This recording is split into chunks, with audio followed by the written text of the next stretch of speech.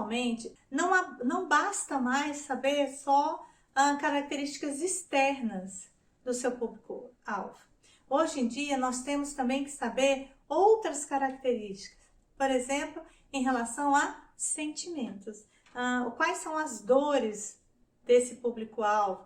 Quais são os desejos dele? Quais são os sonhos? O que incomoda ele? O que ele deseja alcançar? Foi a partir desses conceitos em que se surgiu a figura do avatar. O avatar é uma forma virtual, né, de se identificar o que mais o seu público-alvo deseja. É interessante, gente, que com esse novo conceito, né, desse de avatar, é possível criar uma relação mais profunda com o seu cliente. E aí você consegue identificar de forma bem mais rápida o que realmente o seu consumidor, o que realmente o seu público-alvo deseja. Hoje, com o avatar, é possível identificar assim, 73% do meu público são mulheres, 27% homens. E por aí vai. O meu público tem de 26 a 36 anos. Ele gosta de fazer esporte. Ele trabalha mais à tarde, à noite. Tem uma renda entre 3 mil a 6 mil reais. E quais são as suas dores? Quer trabalhar, mas também quer construir família. O que mais ele deseja? Deseja uma independência financeira. Deseja morar fora da casa dos pais. Imagina como é mulher. Talvez uma das suas dores seja conseguir conciliar o trabalho com a criação dos filhos. Você consegue, no avatar, entender melhor esse perfil do seu público. Aí, gente, já vem uma outra pergunta. E persona? Persona e avatar é a mesma coisa? Eu digo para vocês que não. O persona, ele é um personagem fictício em que ele é criado com todos os perfis, com os principais perfis do seu público-alvo. Então, você vai pegar as características e vai criar mesmo um personagem fictício. Tem uma escritora que ela fala muito sobre buyer personas. O nome dela é Adele Revela. Ela trabalha e estuda profundamente essa questão do persona. E ela fala que só é possível construir um persona depois que você entrevistar bastante o seu público-alvo. Então, gente, observem que há aí uma escala. Primeira coisa, você tem que saber separar o que é público interno, o que é público externo e o que é público misto. Conseguiu identificar? Beleza. Aí depois disso, você começa a observar as características de cada um desse seu público. Observou as características, você consegue, a partir de aí, criar um avatar. Um avatar é aprofundar um pouquinho. Saber melhor os sentimentos de cada um desses seus públicos.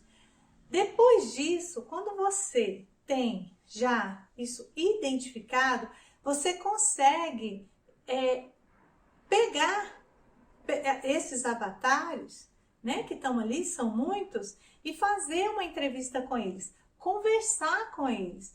Para quê? Para você criar esse persona. Aí vem uma pergunta. Nossa, Nilson, que trabalho, que trabalheira, né? Por que eu preciso de tudo isso? Por que eu preciso fazer tanta coisa? Porque imagina, gente, a gente conversar. Imagina você conversar com uma pessoa só que você criou. Imagina que você criou uma pessoa chamada Antônio, que esse Antônio é o seu persona. Não é muito mais fácil você conversar só com ele do que você conversar com toda uma plateia?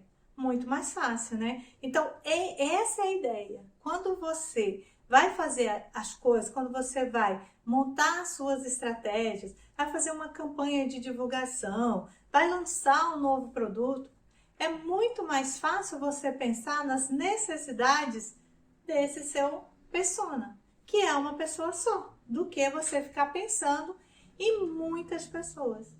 Aí você fala assim, nossa, mas o meu público ele é muito diferenciado, ele diverge. Você cria mais de um persona. Você trabalha com personas diferentes. Você vai criar uma pessoa fictícia. Então, essa pessoa tem que ter nome. Então, por exemplo, Antônio, ela tem idade. O Antônio tem 36 anos. O que ele gosta de fazer? Ele tem como hobby corrida de rua. Ele trabalha onde? Ele trabalha numa empresa pública, ele é concursado. Qual que é a média de salário dele? Ele ganha entre 7 mil a 10 mil reais. Ele é casado, tem 2 filhos, ele é graduado, tem mestrado. O principal trabalho dele é na área de tecnologia. Por aí vai, você vai realmente dizendo que ele é. Qual é a principal dor dele?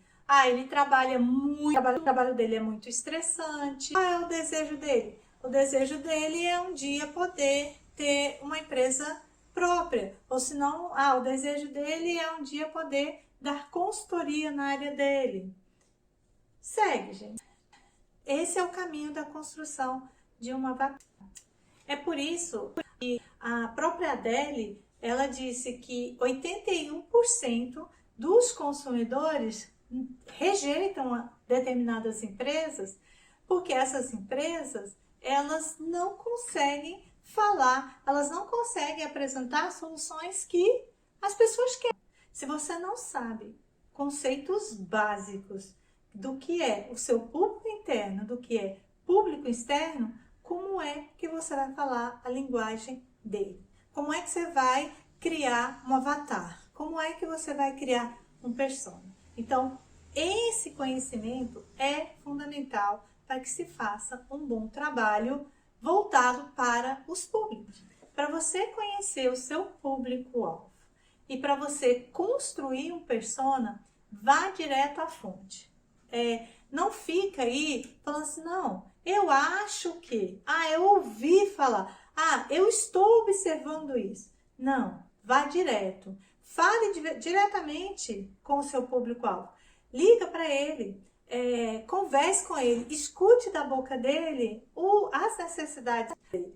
Porque aí sim, você vai saber realmente quem é seu público.